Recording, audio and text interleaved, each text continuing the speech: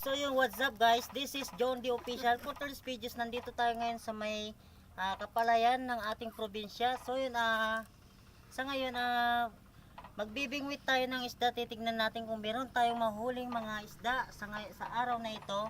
So yun, sobrang napakainit ng panahon ngayon guys. So yun, samahan niyo po ako sa pagbibingwit ng isda ngayon dito.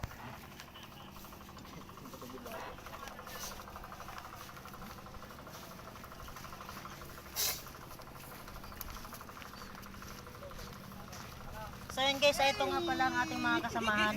So yun, meron tayo nahuling isda na isa. Nakaisa na po tayo nahuli. So yun, kasama ko nga pala ang aking kapatid, ang minamahal kong kuya, si Cornelio Paringit. Kasama ko mga pinsang ko, nagbibingwit ng mga isda.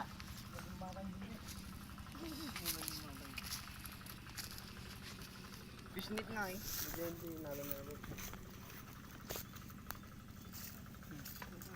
Ayun oh, nakakuha ni. Hey, pinito mo na oh. Buti na lang nahuli ko. Ayun oh, muntik nang nakataka. Muntik lang nakataka. Tunday. Ikaw magkano ah? Ha? Ni. Ngani. Maglangit na pag napertakitip nagtiliw kon. Alis mo kami ngalis si Marvin Saman. Ngalis sa kita yung damang mga tituan yung makar. So yun guys, ito ang ating mga gangster ng mga pinsan ay nanguhuli ng mga isda sa ilog na ito. So yun sana, ano masasabi mo sa ngayon? Wala ka pa nahuli? Mainit.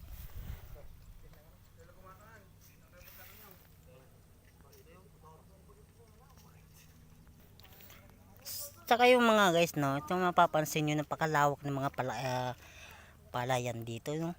So yun, dito kami ngayon sa may bakuran lang ng mga bahay-bahay. Nagbibingwit kami ng mga isda para may pang ulam tayo. Yeah. Pare, ano masasabi mo dahil wala ka pa nahuli?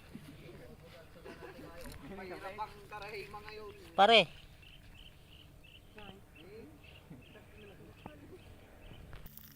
So yun mga idol, abangan natin, meron ng isda na kumakain ng ating panamit.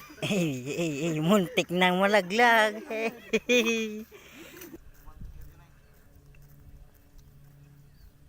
Sa ngayon nagpapatuloy pa rin kami sa aming pagbibingwit ng isda para mayroon kami pang ulam mamayang tanghali.